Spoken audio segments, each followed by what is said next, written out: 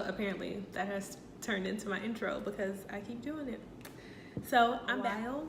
Like I haven't posted or filmed in like at least 2 or 3 weeks. This video will be more like a mental health Q&A. I had posted on my social medias for people to ask me questions. So it is in collaboration with Nicole Writing by actually her name is Trina, and she created this website. She's a therapist, so she created this website, and it has all these journals and like worksheets and interactive things that you can do mental health related, that you can get on resources on there. And then she also has these really cute shirts that says self-care game on point, which are really cute because self-care is important. So yeah, so thanks again, Trina, for collaborating with me on this video.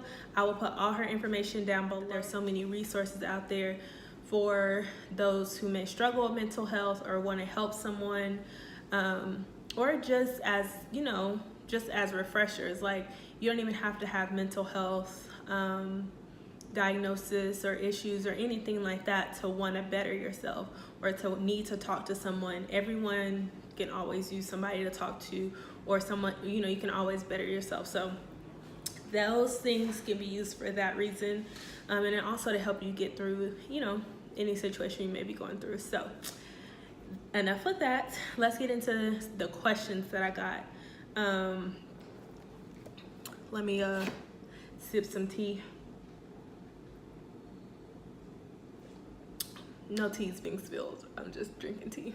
I've either personally experienced things that I've professionally experienced. Right now I am in the professional world of mental health, and then I'm also in school getting my master's in professional counseling. So I'm still learning, but I feel like I've learned a lot. And so these things are from my perspective, my opinion. And please, please, please do not take these things that I say as the end all be all or the only answer or things like that. This is just to help those who ask for it. So yeah, let's get into it. So the first question, because trusting someone with your mental health or trusting someone to be there when you open up and show them this vulnerable side of you takes a lot. But you also need to be aware and be careful of who you trust with your mental health, because everyone does not understand mental health in the aspect of whatever you may be dealing with. And if they do, they may be attach it, you know, they may attach it to a stigma, or you never know. You just want to be careful with who you're trusting those things with. And then just be mindful of why you're sharing it. You know, like if you're going to use it in a sense of you want them to know because you're suffering, then definitely, you know, open up and let them know. And if it's your partner or whoever it is, that can definitely help you through those struggles. So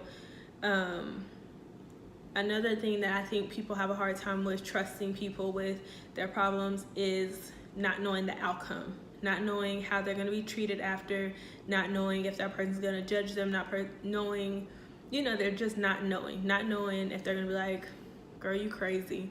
So I think that a lot of the time when we go to people with our issues or whatever it is, we sometimes already have the answer that we want to hear or the outcome that we want to hear. So I think that when you go into those situations, you need to be aware of what the outcome is that you want, and just be mindful of both ends. Like, so it can go really well and they can be super understanding, or they could be ready to kind of converse about it and let you know that they don't necessarily understand. So just be ready for that. And if you don't feel like you're able to handle the feedback you may get, or you feel like you're doubtful of how they're going to handle it, then, you know, maybe confide in someone else first. Confide in your mom or someone, you know, someone who may be a little closer to you that you feel like will be a little more understanding before you know, take it to your relationship or anything like that. But speaking from personal experience, it took me a while to open up about some of my struggles as far as like mental health, and I struggle with anxiety. And that is something that I still kind of have a hard time talking about. I'm like getting anxious. That's still something that I kind of have a hard time talking about because I don't know how to explain it. I can give you textbook. I can tell you textbook, this is what it is, all these things, this is what I see in my clients, this is what I've seen in my internship, this is what I see at work, this is, but then when it comes to me, I'm like, I don't know. So that's still something I struggle with, but what I'm starting to realize is communication. So for me, it's been helping me feel better by communicating. And for example, I had really bad anxiety probably 2 or 3 weeks ago, like on the verge of an anxiety attack. And during that time, I completely shut down, didn't want to talk, but I needed something in that moment, but I couldn't communicate that. So for me, it just only deepened what I was feeling because I allowed it to. I allowed myself to completely shut down. I allowed myself to not communicate when I know that it was possible for me to. I was letting, my anxiety just take over. And okay, hey sunlight. I was letting my anxiety take over and I just completely shut down. So not communicating what I was feeling or what I needed in that moment just deepened the feeling. I sunk further in it. It lasted literally from probably 5 p.m. the previous day to like 10 a.m. the next day because I just sat in it. And I didn't ask for help.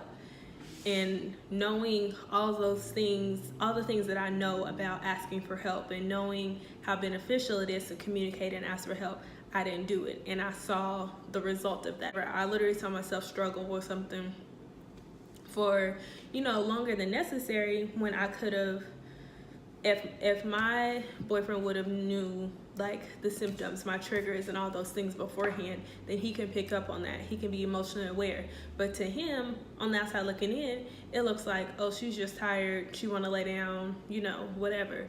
But you have to make that person aware of your triggers and aware of your symptoms and things like that if you do want that support. So if you want to trust somebody with their issues, you have to be ready to communicate them, which is a big deal, because if you can't, like I said, if you can't communicate them, they don't know. To him, he was completely oblivious because I was just like, I'm in the bed and however it appeared. But on the inside, I was struggling. And to him, he playing his game, going on about his day, and not to blame it on him and say he's not aware, but that's what I presented. I presented, leave me alone instead of help me. And so we just have to be aware of what we're presenting to other people. And if you are wanting help and you are wanting to trust somebody, you have to be vulnerable and open up and communicate with them. And then also, like I said, trusting someone, and you have to know how to communicate the best way you can. So if they are asking you, okay, what do you need from me? Or what do you need me to do? Or, what do you want them to do with this information? You need to figure out what it is that you need. I just need to be let know, like, I'm okay, like, calm down, I just needed to be kind of brought back down. So know what it is that you want from what you're asking for that, or know what it is that you want from that person by telling them. So, but also know that they can't fix your problems, or they can't fix everything, and they're not gonna always be the answer. One, because they may not know how to. So if they don't know how to, or they just can't give that to you, and they may not know how to help you, or they may not know the answer right away. But them simply being aware of your patterns, your mental health patterns, your triggers, or how it looks, how your issues or your struggles may look on the outside, then now they can be more aware. Now they're more in tune with helping you. But you have to take that first step and be vulnerable and trust them with that information.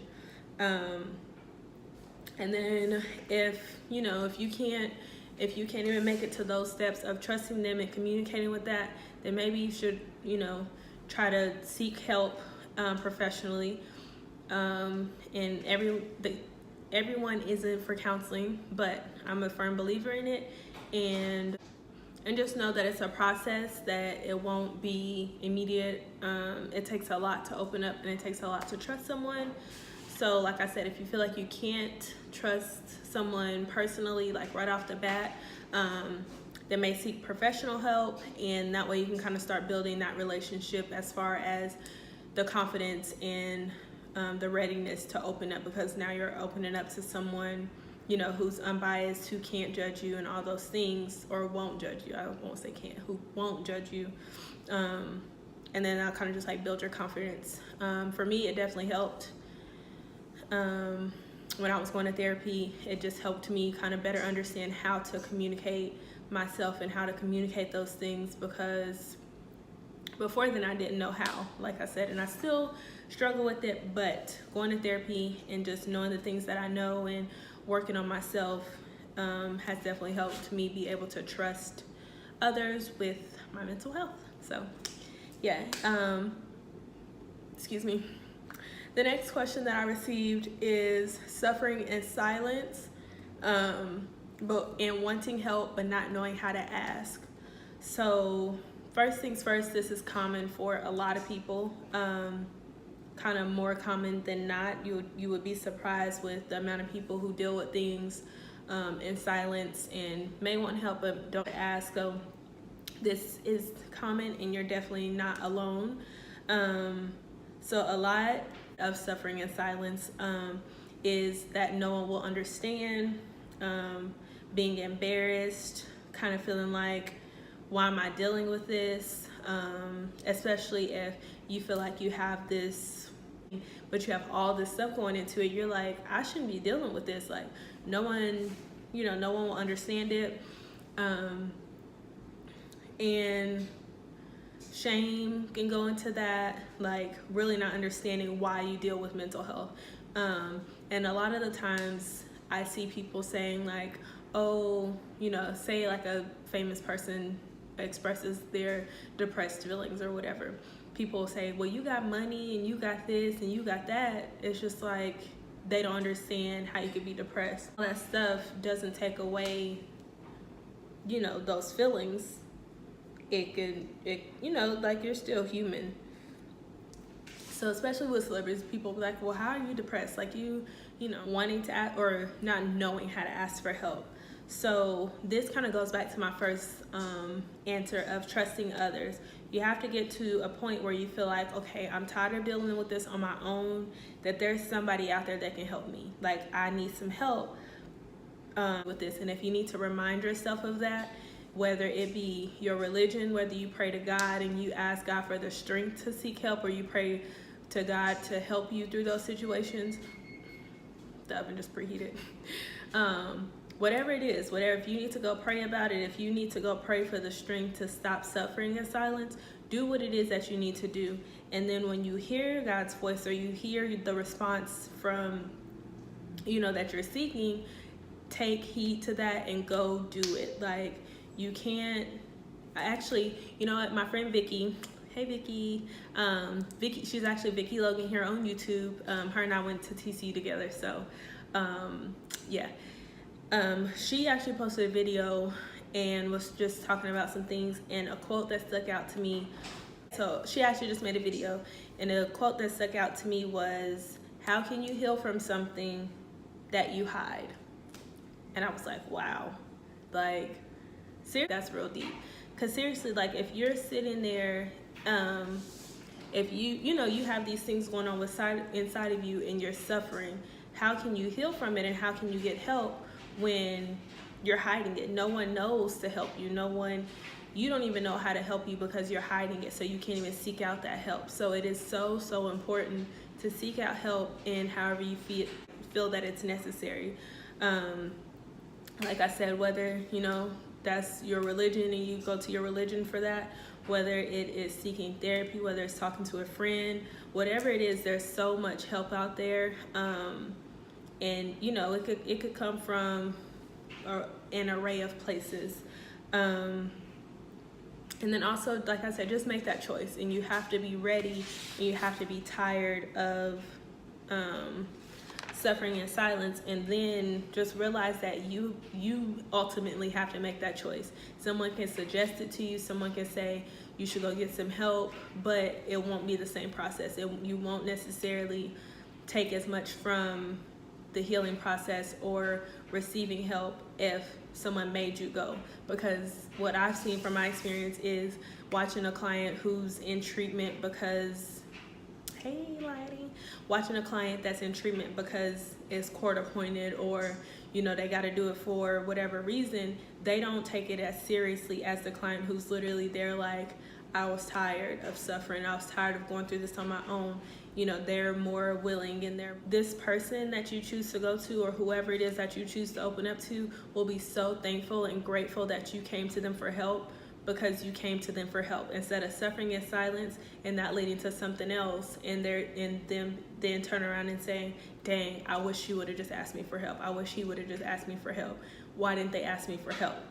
So you don't want that to be on someone's plate. You don't want that to be on your plate. You don't want it to be, I should have asked for help. You don't want that other outcome. Just always remember that there's a better outcome asking for help. And there's so many people, like I said, they're ready to help you. There's licensed professionals. There's whoever it is that you choose to go to for help. There's a friend that's ready and willing to help you. There's someone that's there to help. And you don't have to do it alone, because there's so many people that go through it. There's so many people that are going through it. So trust me, personally, there's someone to help you, and I'm even that person. If you feel like you need to come to me, or you feel like you can't talk to anybody else, come to me and I will do my best to help you. I am a listening ear. Whatever it is that you need, I'm here. So yeah, hopefully that kind of answered your question.